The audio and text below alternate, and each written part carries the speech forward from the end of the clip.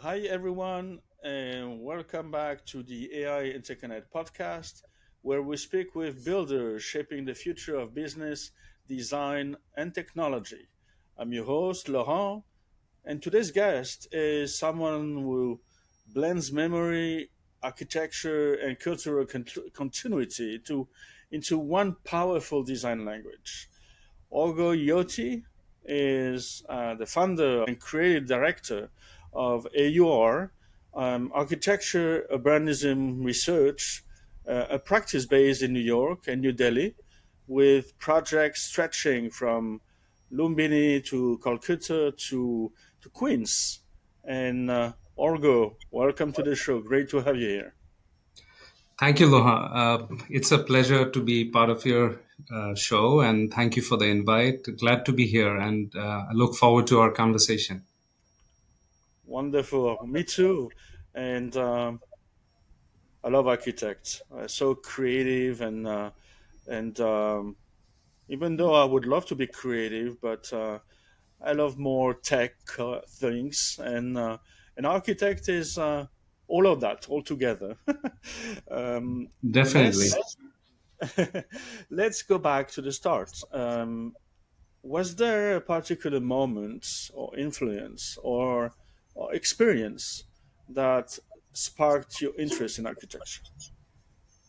Yeah, thank you for the question, Loha. I would have to go back to really my childhood and really early childhood. And I have great memories from my childhood growing up in a small town, a small city in eastern India. It's in the middle of the coal and the steel belt, so it's part of the industrial region of eastern India. That's where I grew up. My grandfather was a miner who worked in a coal mine. My dad was in the steel industry, but he worked in finance. So I was a 3 year old, and my mother, who was a school teacher, she observed me drawing things around me. She would go to school, leave me with my grandparents and my aunt. We lived in a joint family. So at 3.5, she enrolled me in a art school. It was crazy. I was going to my regular school, and I would go once or twice a week. Uh, to an art school starting age 3.5. I mean, not even 4. And I went there for almost 12 years. So as a kid, I was always obsessed with beauty or creating beautiful things, but that was more about art at that point. So if I can say over 12 years, I was able to master, uh, how to create paintings in using different medium, watercolor, oil, acrylic, did several exhibitions. But very early on, when from age 3.5 to age 7, at age 7, uh, I was fascinated by architecture. Had almost no exposure, but I started saying I wanted to be an architect without knowing what it meant to be an architect, and that stuck with me till and of course I knew about the undergrad, the school that I would later go to, School of Planning and Architecture in Delhi. I was like, okay, that's where I want to be, that's where I would like to go. I had a distant cousin who had done architecture from there, but the family really had no connection, or I also had no connection, and it was a very middle class upbringing. But another thing that happened in parallel was traveling, and my uh, parents invested a lot in traveling. Every year we would take 2 weeks off, travel to a different part of India, a different province, and that really exposed me to the world of history, the world of architecture, the world of people. And if I look back now, and since I joined the architecture school or have worked in different places, that has continued. After going to architecture school, I decided to travel and work in different places. Went to China, went to Italy, I worked in Rome, and then came to the US. I was in 4 different places, and now finally I have a route in New York as well as in Delhi.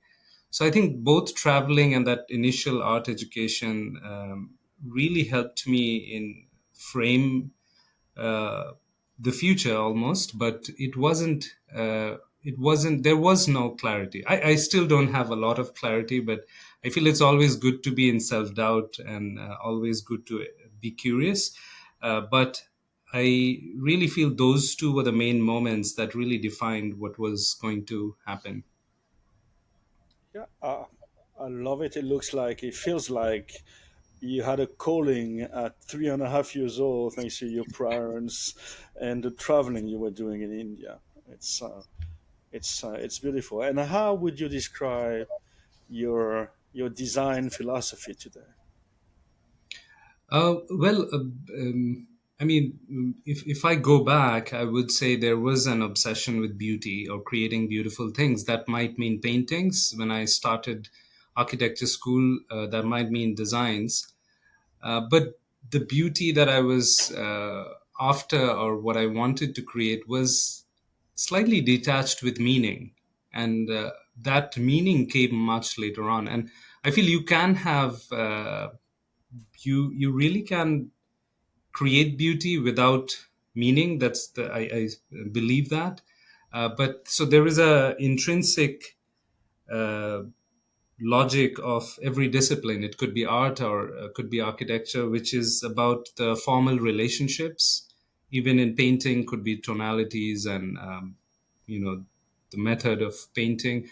In architecture, it could be spatial relationships, formal relationships, but what meaning does it is that it associates what you do internally within the discipline to history, to um, things that are external to the discipline. And I got interested in meaning much later on. I would say, but I think now what we try to do is completely based on meaning behind the work we do. Yes, it has to be beautiful. It has to be powerful when you are in that space, when you are creating that space. But without meaning, there is no, yeah, there is, we don't see it being powerful if it does not have a meaning. And related to that, I would say that, yeah, our philosophy, we are really interested in history, and history is something that helps us create that meaning. So it could be we work on cultural projects, we work on social projects, environmental projects, but this it is that thread of history that really ties everything together. So I mean, the way we frame the project is we are creating histories of the future, and we are using you know histories of the past to create histories of the future, which is histories of the future can be the present moment when we are creating it. But in the future, that will become history. So we are creating a history that is defined or created using excavating histories of the past. Because I feel no project we think can be disconnected with history. And I feel that is one of the core philosophies. So we also think that we are living in a time that social and environmental crisis really needs a lot of attention, and we try to work on projects that really address that. But at the same time, I feel for us the most important crisis is the cultural crisis, and that by that I mean that there is a there is a amnesia about you know there's a forceful forgetting of the past that's happening, and we are forgetting where we were from. So when I talk about the past or history, it doesn't mean that we are creating architecture that looks like it is from 500 years back. If we do that, that's being completely irresponsible to time.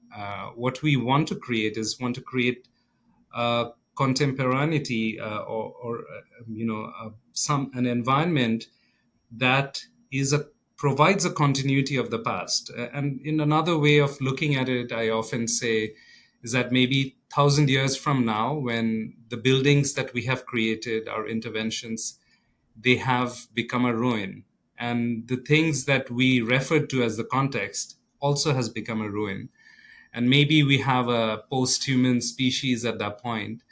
But can that post-human species stitch a story back in time with what we developed and with what was there before? And if our building looks like a mimicry of the past, then we have failed. Not only us, I feel all of us uh, have failed. I think we need to be able to understand the story of our evolution and the story of history. And we obsess about the last 100 or 200 years of history, but really, I mean, we are a small speck in the continuity of history, right? And architecture has a big role to play with that. I mean, in that space. So yes, maybe yeah. I would stop at that, but like there's a system of meanings and there's a system of beauty which is internal to the discipline. But I feel we need both to create powerful architecture. Definitely, and I love that. I love this your philosophy, by the way, of meaning and beauty. And therefore, tell us about your practice, AUR. What type of projects have you worked so far? Um, Thank you, Laura. Thank you for your kind word. Um, so after architecture school, I started working in different places. As I said, I like traveling. I went to work in China, in Italy. I was there in Rome for a bit. So I worked at a bunch of places from OMA to SOM. At SOM, I worked for the longest time, for almost 7 years. Uh, for all these places, there was tremendous amount of learning in how architecture can be done or is being done, or also building up the knowledge to put a complex building together. Right, that is a huge amount of knowledge that architecture school honestly does not do a good job in doing that. Even after all my education, there were a lot of gaps in terms of putting a building together. So I learned that at SOM pretty confidently. Worked on towers, high-rise projects, airports, but all along I was reading a lot while I was working on that, and reading more about India. I always wanted to work and contribute to the fabric in India. Also, I mean, I was familiar with the place, but you can be from a particular place, but you might have zero knowledge of that place. If you are born somewhere, it does not mean you are endowed with the knowledge of that place, which is a very common misunderstanding a lot of people have, that if you're culturally from there, that means you know everything about the history of the place. So you really need to read and learn about the place, which I did spend time. And um, I would say around 2018 started working on several side projects, and 2019 is when I formally quit, started AUR. But the focus of AUR was to majorly work in India, but we are working on a lot of issues that are uh, not just focused on India, but they could be transnational or planetary issues of the social crisis, the environmental crisis, or the cultural crisis. I think these are issues that are applicable around the planet, in different cultures and different subcultures. So we started in terms of projects that you were asking. So we started working with the World Bank on some cultural heritage projects. We did a master plan for Sarnath, which is this is with my partner Shubhridip Roy, who's in Delhi most of the time. I split my time between New York and Delhi, and we have a growing team in India. So we started working on Sarnath, and it's nationally, it's one of the most important sites of Indian history. It's where the national emblem was excavated. It's the site of the first Buddhist sermon. So we worked on the master plan, the streetscape, working on the marketplace, as well as resolving vendor issues and traffic issues, creating parking. Then we started working on a project in Lumbini, which is within the historic district of where Buddha was born. There was a master plan done by um, Kenzo Tange, a really well-known Japanese architect. There were some pavilions that were not in a good physical condition. We took one of the pavilions, made it into a cafe for pilgrims that is run by local women from around the site.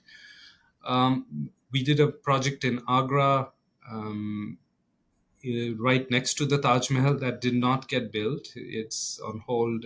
It's a center for living traditions where all artisans and craftspeople of northern India that work in craft forms that are really hard to um, sustain themselves. So this will be a place where they would work, create craft, create art products. Tourists would come, see that, and then they'll go to the Taj. So these set of cultural projects started, and we also started working with a couple of NGOs to create a storm shelter, a health center, and a school in eastern India in Sundarbans between India and Bangladesh. It's a very fragile ecosystem where cyclones hit every year, the sea level rise. So we got involved in the environmental space. And we have been working in the institutional space as well. So um, we are doing a sports academy for slum kids right outside of Mumbai, and that would be around 130,000 square feet of construction, 9 buildings where kids will live from all over India, from tribal regions, from slums, and they will become sportsmen to sort of uplift them into mainstream society. And then we have been involved in a bunch of adaptive reuse projects.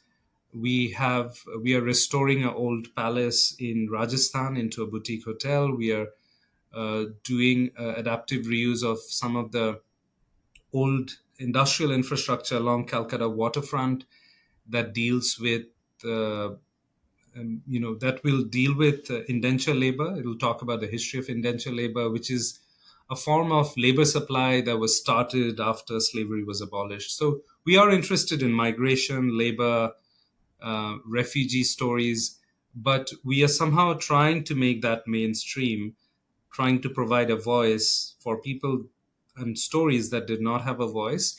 But at the same time, so it might come across as more activism work, but for us, we want to make sure that we realize we did a lot of pro bono projects in the beginning, but we realize that we really need to work with collaborators so that we are able to actually create these projects where there's funding involved, where people have that funding that is needed. Because some of these projects are being initiated by us too. Like it's not that the clients are always coming to us, that is happening, but we are also initiating some of these projects. And last thing, we are working on some experience based projects where in the hospitality space, where we are working in the tiger reserves of India, the main national forests, Page, Mahandavgarh, Jim Corbett, really old national forests that have been preserved, where there are a lot of Royal Bengal tigers and other Indian tigers. So we're creating these lodges, tree houses, tiger reserve resorts, and a bird watching place. This is with a group that we recently have started working with. And in the US, the focus is slightly more residential, and it's at a very smaller scale. But we are trying to see if there could be transnational conversation happening, and we can work on similar projects here as well. So that is in the works right now. Yeah, I really love this, and I yeah I wanted to dive into one or two of your standard projects, and I don't know if you mentioned it, but the virtual Calcutta Partition Museum, for example. Um, can you give us and tell us what was the story behind that? Yeah, so that was a project that we initiated with a trust. So my family is originally from Bangladesh, from Dhaka. My grandfather had migrated or moved to the Indian part of India back then, what was India, and he had started working in the central India in the coal fields as a miner. And partition happened. He never got to go back. His family was there on the other side, and then um, so there, and then the final. I think the remaining part of the family then eventually migrated. So hearing about partition stories from my grandparents was a common theme in my childhood. That how it was about this rupture that happened in the social fabric, and it was a rupture in the in the continuity of civilization that existed there. And the rupture was on religious lines. There were a lot of and a lot of uh, so if maybe the statistics would help. It was 15 million people that migrated, got uprooted. Transatlantic slavery was 12.5 million people over a couple hundred years, 300 years, or 200 years, slightly more than 200 years. So it gives you a context that this happened uh, very quickly. And when people are crossing each other, there was a genocide that killed 2 million people. Um, so I'm really interested in colonialism and what it created around the world in the context of India partition and what happened prior to partition. But this was a massive genocide that happened. And I had heard about these stories. The genocide was more prominent or more, I mean, more people died in the Punjab side. My family was in the Bengal side. So I was always interested, but I didn't know how to connect it to my work. It was just being interested in your grandparents' stories. But then at some point, I collaborated with the 1947 Partition Archive, which is an archive that has done an amazing job of archiving more than 10,000 interviews of people who experienced partition.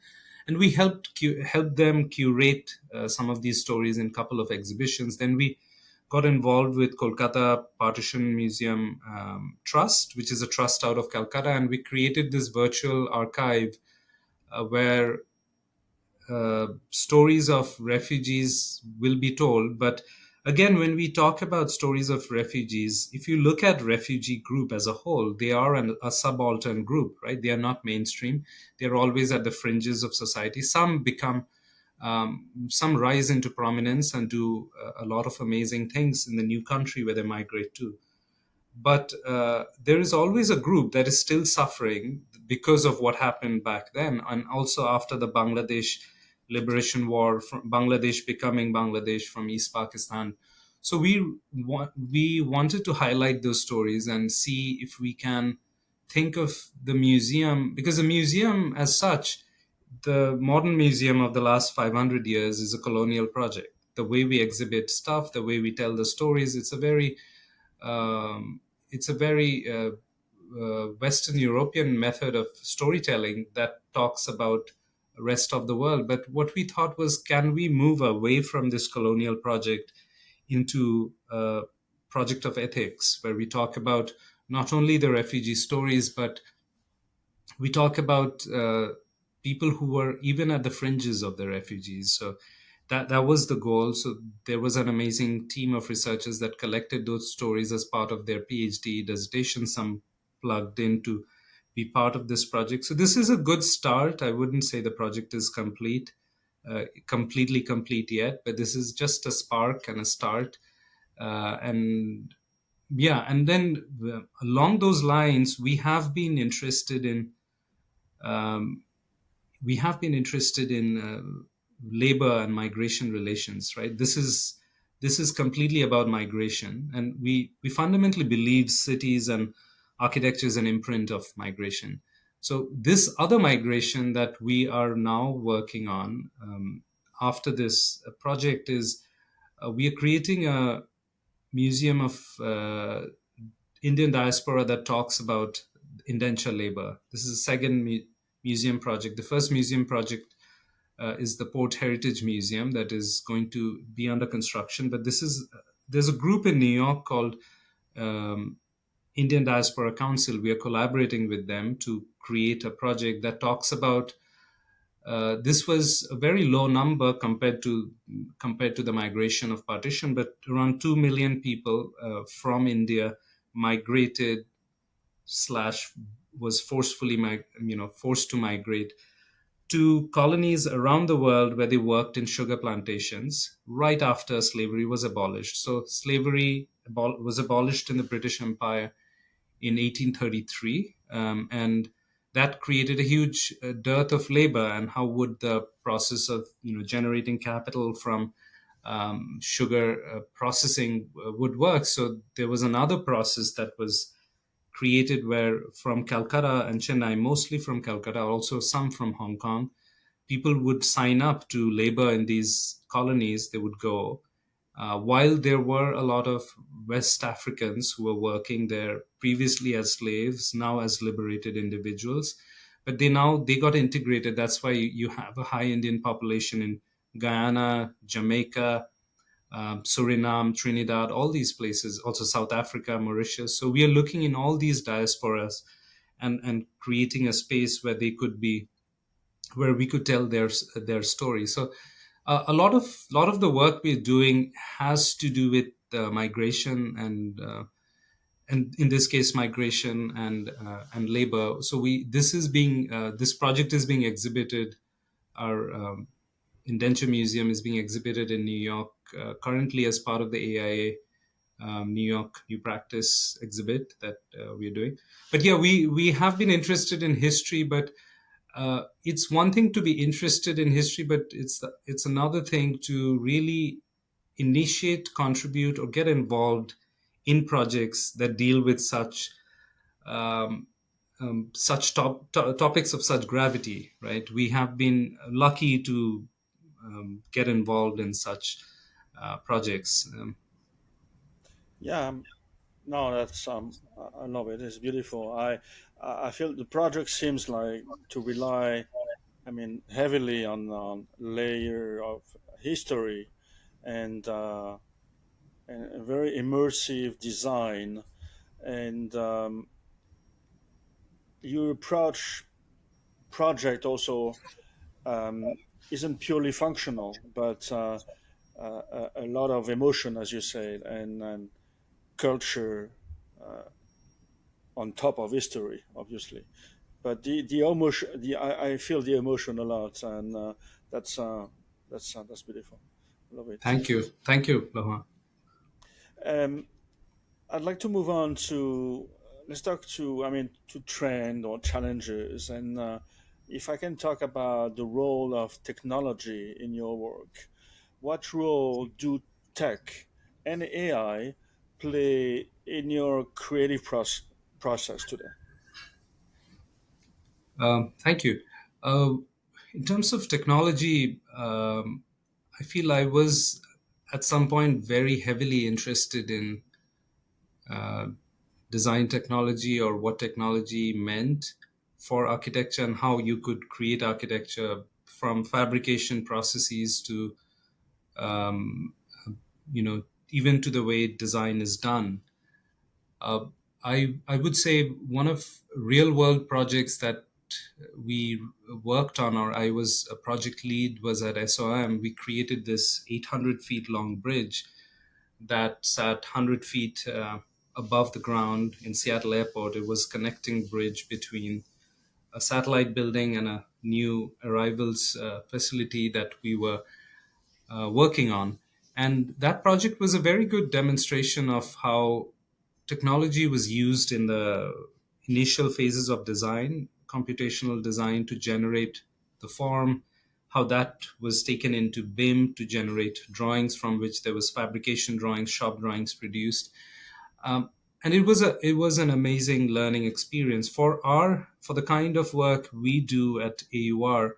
Technology has a very critical role to play. We are not currently using BIM yet. Um, it is very much driven. The design is done in these 3D modeling softwares, Rhino, and we have CAD and other softwares that we use. but we are always trying to streamline processes and automate tasks so that we can really harness the use of technology. But you have to, I mean, one realization also has to be there that in a lot of places that we are working, the methods of construction and the way we would approach it, they are misaligned, right? Like you cannot, not, you don't have every state of the art technology available in every single project. So that is a realization we need to come to, and we would be smart enough to use technology in the way that is appropriate for that particular project. But technology for us also relates to building technology, how we tweak materials, we take a material, how we tweak it to create different material expressions of the same material. And a lot of these things could be very analog processes, but I mean, the wheel was the first technological object, right? It was very analog. There was no computers back then. So for us, a lot of the manual tweaking of materials that we are doing, working with, 7 8 different materials across our projects. So then manual tweaking, we also uh, frame it under technology. But coming to AI, I would say um, it's very limited where we are using AI. There is a lot of computational tools that we are familiar with and we do use, but AI is very limited. But I would say at this point in time, I have more fun with AI than putting into actual project use. So I love history, so I would create all these missing historical images or alternate historical images. That to me is fun. Um, and that takes us into another realm, that uh, creating creating things and making it believable has become so easy. I mean, these are things that I'm doing for myself, creating historical images, but you people can create political videos, and that can spread like wildfire, and misinformation campaign and all of that. Can, But that's another can you, story. I'll stop at that. no, but how do you personally feel? And personally feel about AI in architecture?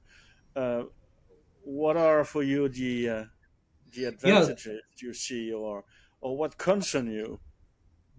yeah, I think generally, if I take a step back and just not talk about architecture, but generally about AI, I feel at this we are at a point. If I say that, or if anyone says that AI is a terrible thing or AI is not great, that would be like saying someone being ignorant in the 1980s and saying, oh, personal cell phones are a terrible thing, or the internet is a terrible thing. We all know what great service it has provided to humanity, but we need to be aware of the way it is being integrated with society. And that's where I have some critique or some issues, although we are beneficiaries, we are using it to create things, have fun while creating it.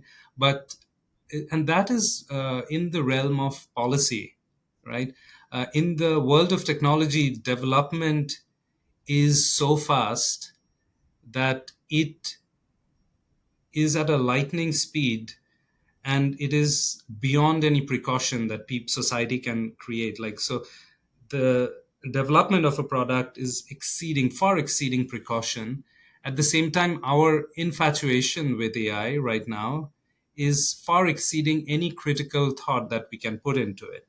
So that to me is a problem, and because this relates to two different things. One is, of course, plagiarism. Noam Chomsky calls AI the biggest plagiarism project of humanity, and we don't have clear boundaries of what is plagiarism and what is not, especially in the AI space. There are no policies in place globally.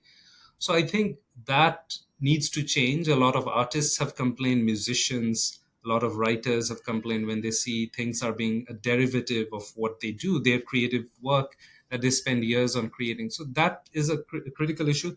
The other critical issue is we see the way AI is developing, it's going to liberate humanity of time, right? We will automate so many tasks, we will create knowledge at such a fast pace, it will liberate us of time. That is the end goal, to make things more efficient, to liberate us. But what do we do with that time? Do we have an answer to?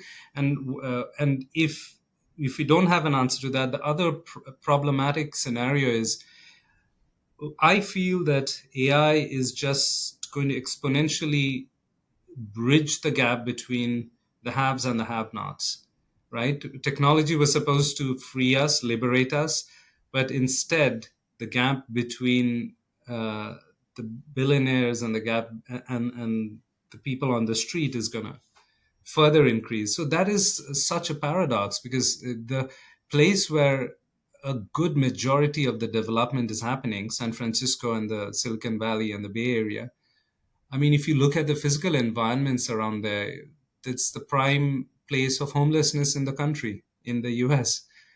So I feel those are things that no one is interested in. Definitely not the tech companies. They will not be interested in addressing that. And the governments need to step in, but the government is always falling behind, and they're playing a catch up to create policies.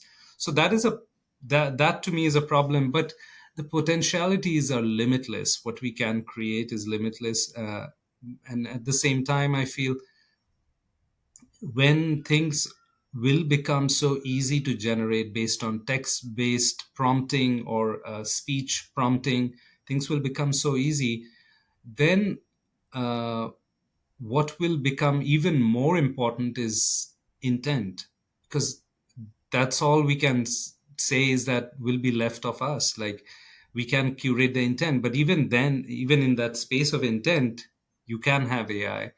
So it is progressing at a such fast pace that it is far exceeding cognitive abilities of humans, or I mean, going to exceed. If not, it has already exceeded, but we do not know of it, because I mean, there's a really nice saying that the future is already here. It's just unevenly distributed. So I'm worried about that, but at the same time, we are completely embracing it and trying to be aware of the tools and use it in ways where we can automate tasks and create things that can help the cause, that can help the project and help us as well. Um, yeah, I hope I was not too critical, but No, no, I mean, and critics is good. Changes are good. Opinions is widely open, and no, I understand perfectly. And I mean, we need regulation. We need guardrail, and uh, and we will make more controversial opinion about it. And I mean, there's a lot of things, and everything need to be scrutinized and see uh, the good and the bad. But I mean, I'm an optimist, and hopefully that will go on the right path. And yeah, yeah. No, I'm an optimist too. I feel architecture is just practice of endless optimism. Otherwise, yeah, it's such a difficult profession. So I'm very optimist too. But I feel that if we can quickly, governments need to take control. But as we all know, we don't have to get into that topic. But governments around the world, how do you deal with governments when they are also not sensible enough? But it's yeah, a whole new Pandora's box. But yeah, we are on the same page. I'm an optimist too. I'm also critical, being an optimist, but yeah. that's good. And looking ahead, um, where do you see the biggest opportunities for architects in the next few years? Yo, good question, Lohan. I would say that if you talk about financial opportunities, there are geographies that provide more opportunities than others, and geographies that are more rapidly expanding than others. Uh, the Middle East has always been a hotbed of a lot of architecture, a lot of new projects happening. I don't know how many how many of those projects are focusing on their past. They're just, a lot of it is about creating strangeness and loudness that you want people to look at, right? But I mean, there's a lot of growth that's happening in India, so hopefully we can contribute meaningfully to that growth.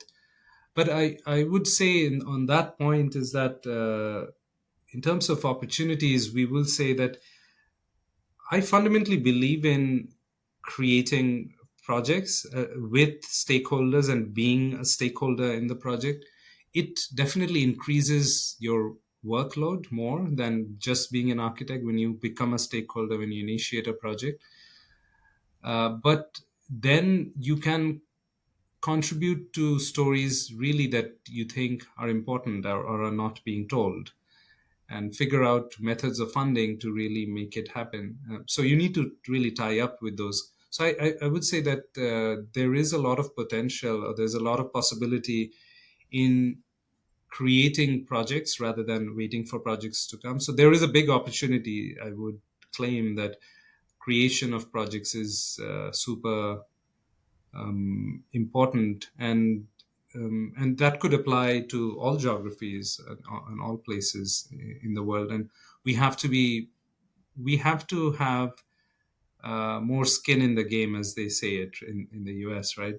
So hopefully we can successfully. There were a lot of attempts we did initially. We did a lot of pro bono work for these social projects, but we have uh, discovered a sweet spot where we understood that, you know, architecture is something that takes capital, and we have the best intentions, but we need to be able to collaborate with people who have access to that capital. Otherwise the project is never going to see the light of the day, right? So that's all I would say. Oh, makes a lot of sense. And if you could change just one thing about how cities approach design, what would it be? um,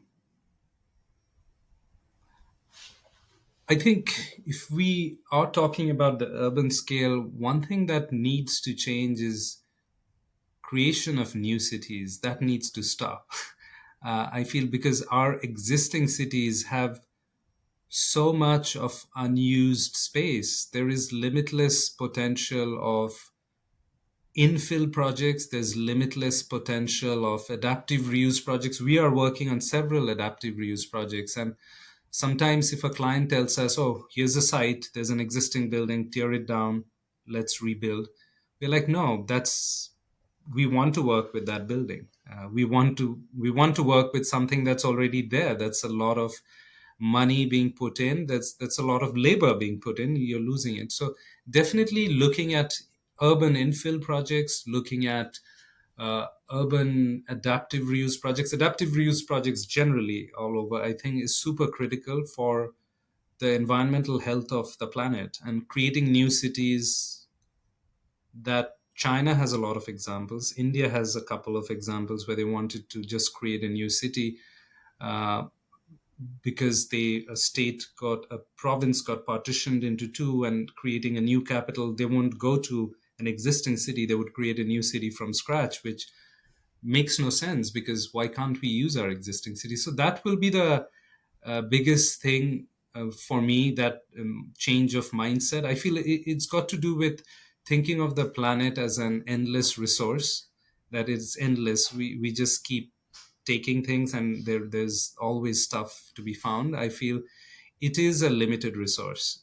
And how do we deal with that limited resource in a environmentally, socially, and culturally sensible way? I think that should be the goal. So hopefully, we and this also ties to sensible people being involved at the policy making levels of when things are happening, because a lot of architects and urbanists are not interested, a, and b, they are not involved in policy. So I think policy, urban policy, national policy, or a lot of energy policy, a lot of these policy making decision making processes will need to be done with collaborative teams, and not create cities out of in middle of farmlands. When there is an existing city, you can build it up.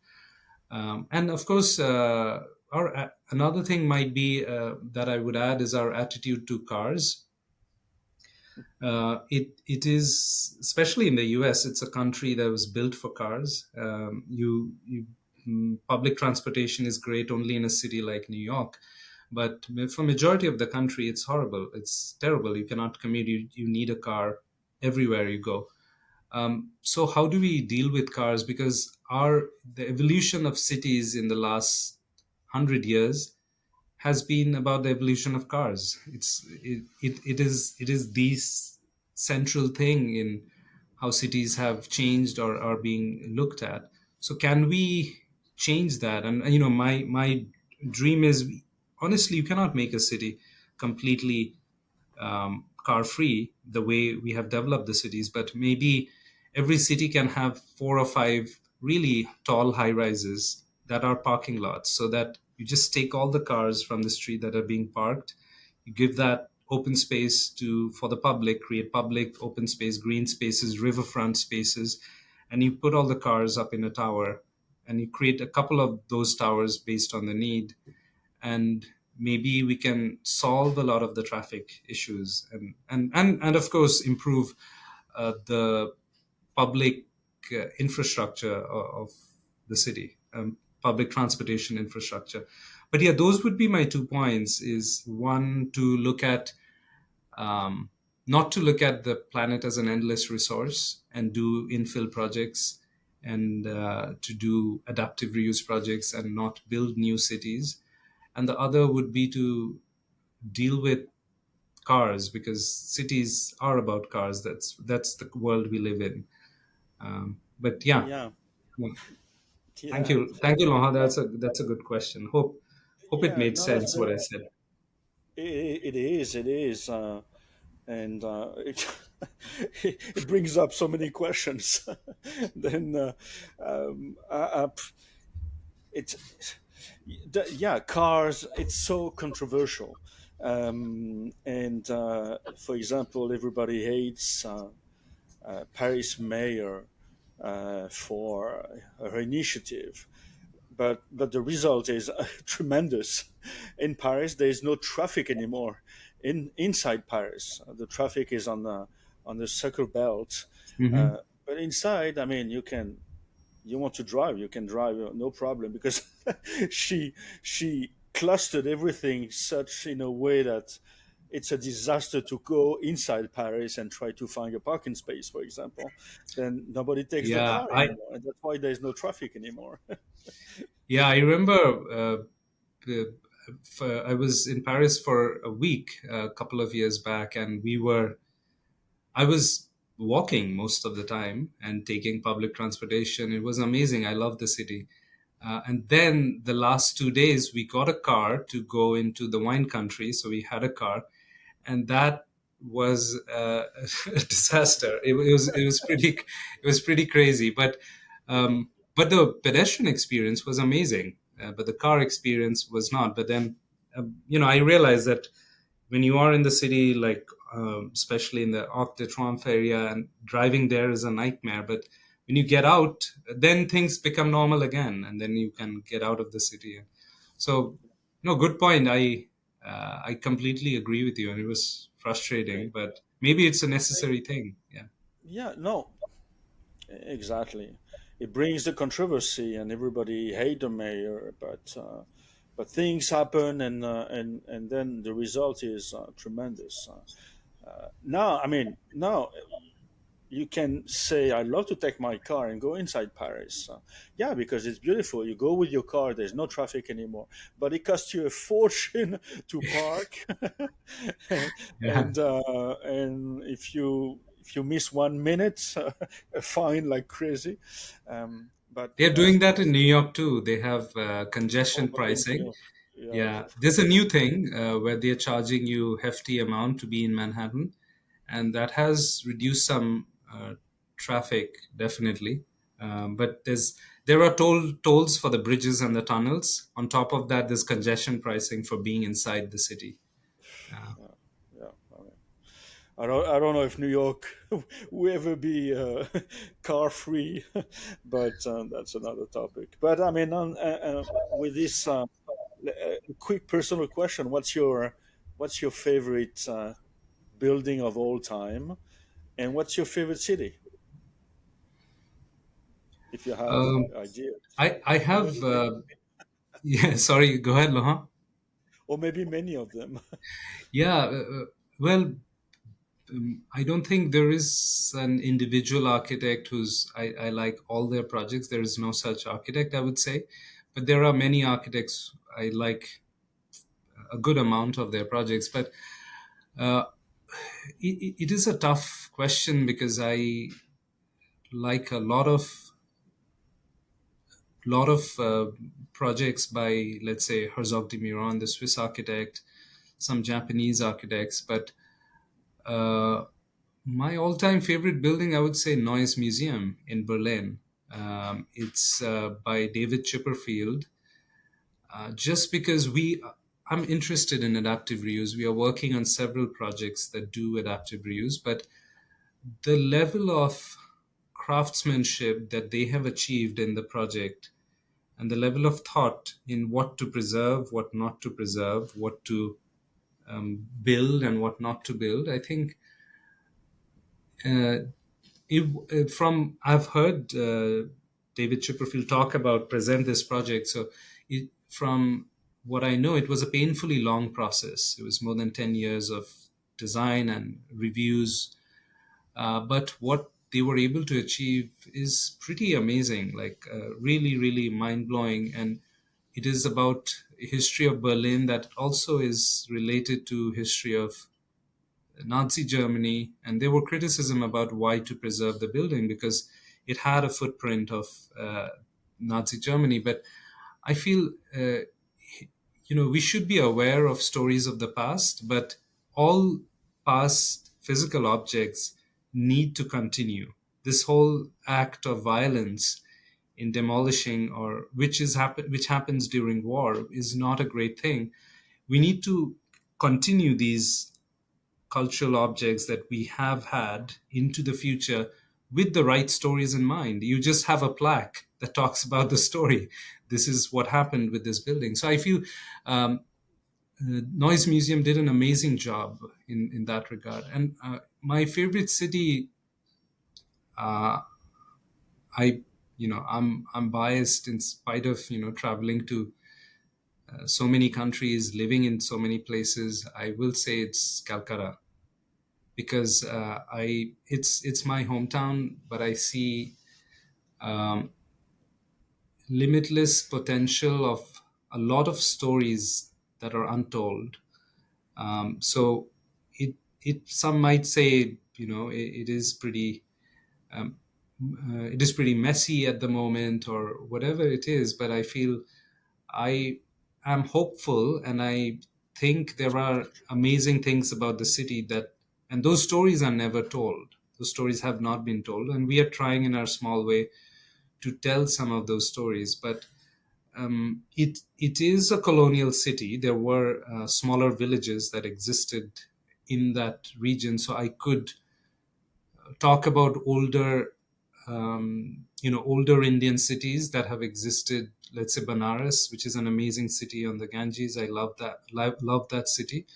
But I feel Calcutta was a very specific human experiment where all these Western European colonial states created trade posts around the city. And what it created was, apart from the negative of colonialism, it created this amazing melting pot of culture that was a combination of the development that was happening in Europe, and people got exposed to that, the development that there was already in Bengal. So I feel Calcutta was that ground where it all happened in the 1800s, which was the heyday of the city. And at some point, in the 1700s, or let's say the 1600s, when the British ships arrived, big onset of colonization, India's share of global GDP was around 25%, exactly where US is today. And out of that 25%, Bengal, the region around Calcutta, was half of that. So a good 12% of world GDP came out of that place. And then with colonization, there was a lot of resource extraction that happened, but it also thrived the city intellectually, culturally. It became an amazing place, from sports to culture to museums to libraries, and the waterfront. But if you go to Calcutta today, you will have to look beyond certain layers to appreciate the city. And only if you know the city, you'll be able to appreciate. So I have friends who really like the city. I have friends or people I know who don't like the city, hate the city because of the parts of the city, the immediate visual disorderliness people see, are not able to appreciate it.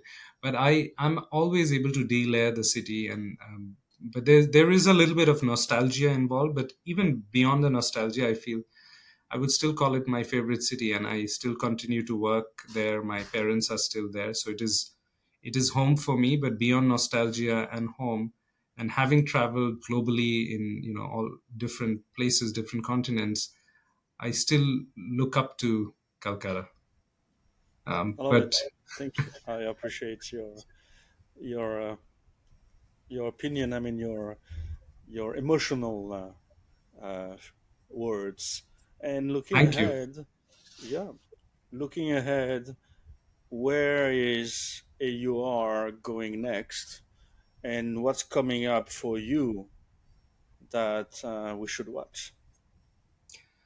Well, we are. It's been a very quick growth for the office in the last uh, 3 years, I would say.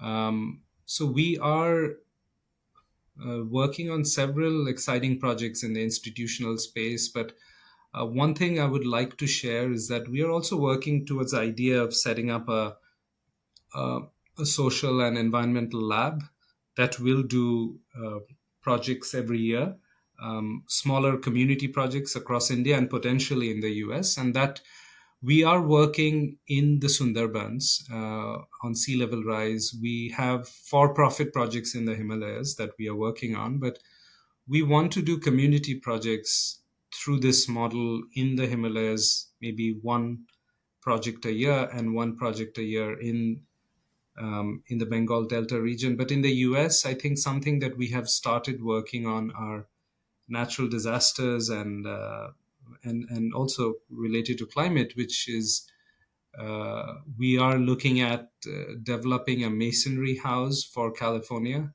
because of all the fires, and it's a it's a no-brainer. Like melting point of brick is much higher than concrete, than steel, than of course from wood. Wood is the most combustible material.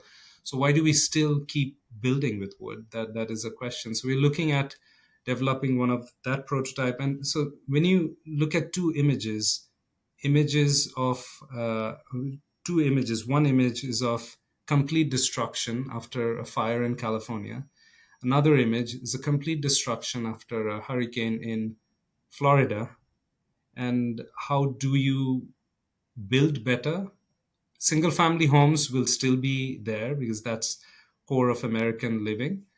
So, but how do you build those single family homes in a way that can withstand some of these disasters, or also broader questions about where to live and where not to live, right? There's a very well-known Indian writer who lives between New York and India, Amitav Ghosh, who has greatly influenced my work. He talks about Sundarbans, where the cyclones hit every year. That's probably not somewhere we should live because that's a fragile eco region that should not happen. But if you look at the, so yeah, without getting too much into the topic, we are interested in creating this research, which we are already working on, but we are figuring out a method of making it happen. where again we are initiating a project, and we are working towards fulfilling it. But it is deeply going to be connected with social structures in those places in the Himalayas as well as the Bengal Delta region. And at the same time, it will be environmentally connected to disasters that are happening.